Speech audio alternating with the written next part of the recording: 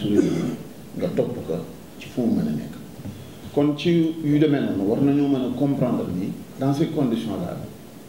assemblée nationale bala muy càmbar kenn dafa war a gëstu ay mbiru boppam respecter règlement intérieur am góorgóorlu ci ba nga xamee ni li ñu jëm ci xaalis biy dugg assemblée te député yi di ko jëfandikoo ñu xam conformément à l'article 31 ci cadre yi ñu ko définir nan lañ koy utiliser. beneen bi tamit yéen ñëpp yéen a xam ni atum daaw ak atum ren ji ñoom gouvernement wu Sénégal ñoo woote woon année sociale sa jamono yooyu député yi nekkoon assemblée nationale féete woo opposition yëpp waxoon nañ ni naxe la genre escroquerie rek la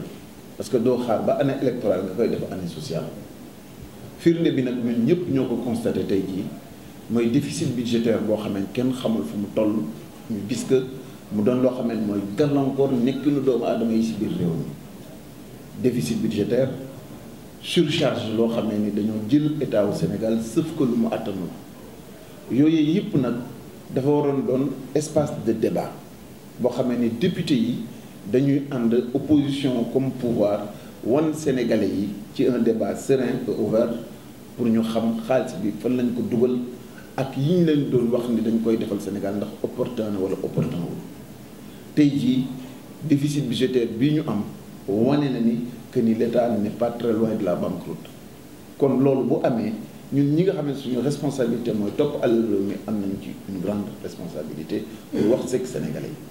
mais dañuy remarquer comme ni ko suñu Cheikh waxee léegi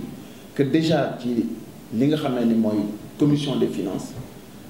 débat yi sawaratuñ ci toog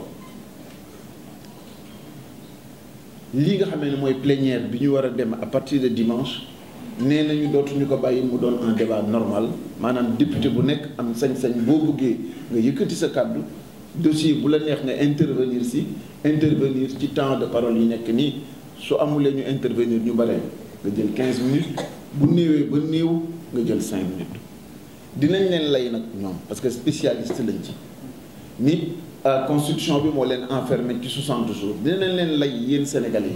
yi ni ministères yi dafa bare maanaam ministres yi dañoo bare 30 xaw ma 35 ministres nga war a xool mais kan moo indi ministre yu bare ci réew mi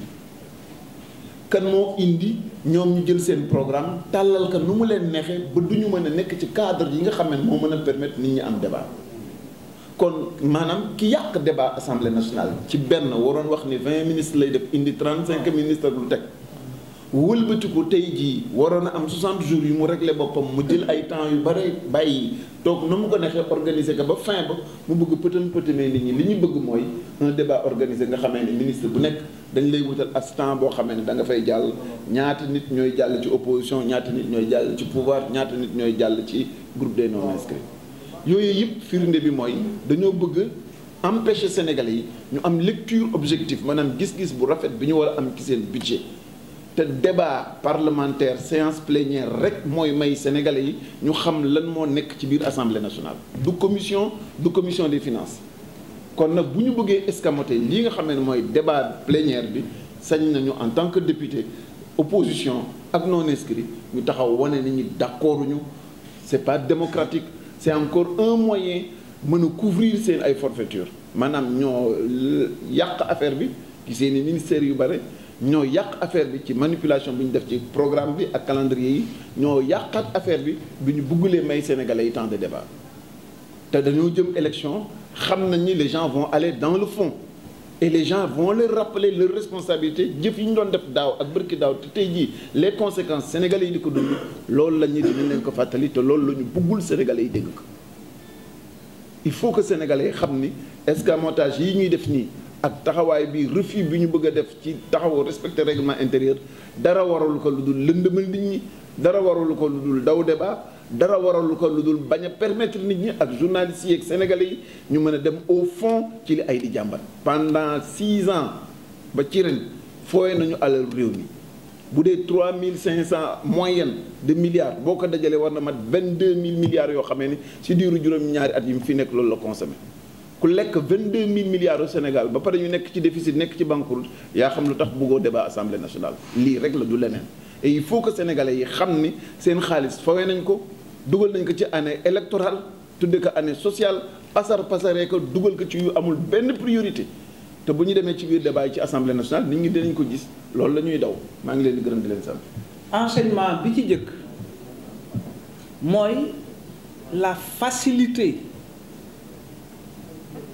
des tenants du pouvoir à s'entendre pour violer la loi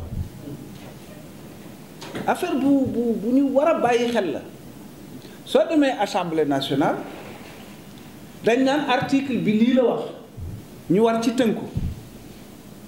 waaye dañuy naan mën nanoo wote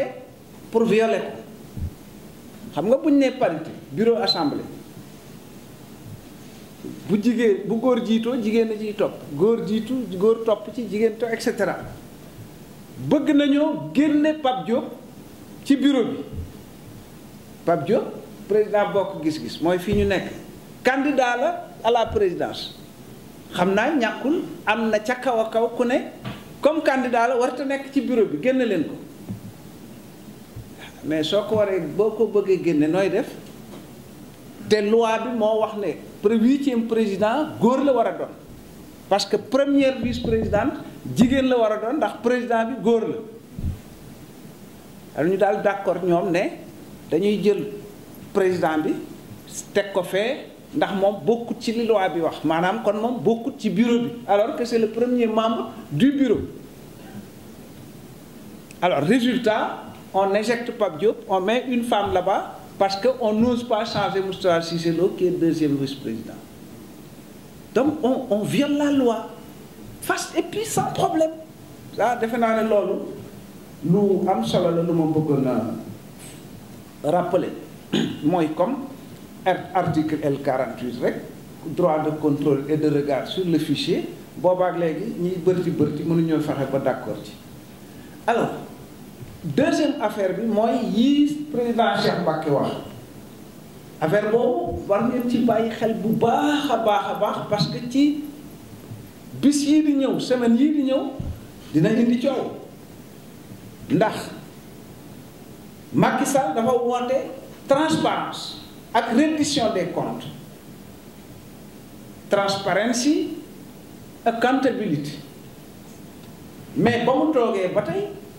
li règlement intérieur bi wax ñépp xam ko dañu koy jalgati saa su ne donc budget assemblée kenn mësu koo discuter mooy lettre yi président wax ne bind nañ ko laaj président assemblée conférence des présidents naka la ñu war a taxawee ci mbir yooyu fi may jeexale mooy commission comptabilité et contrôle mësuta réunion man mii ci laa bokk kenn mësuma convoqué réunion te moo war a saytu yorinu xaalis bi alors fi may jeexale nag mooy vraiment c'est la première fois dans l'histoire du Parlement mu am un président de groupe bu jógewut ci école française kooku révolution la bu nga xam ne président Abdoulaye Wade mi désigné président Cheikh Mbacké président du groupe indi na ko en général nag révolution buy am surtout les révolutions soft contemporains yi du ñu gis ampleur bi du ñu gis enjeu bi mais man foofu laa bëggoon a insister particulièrement Cheikh Mbacké jaarul ci école française daara la jóge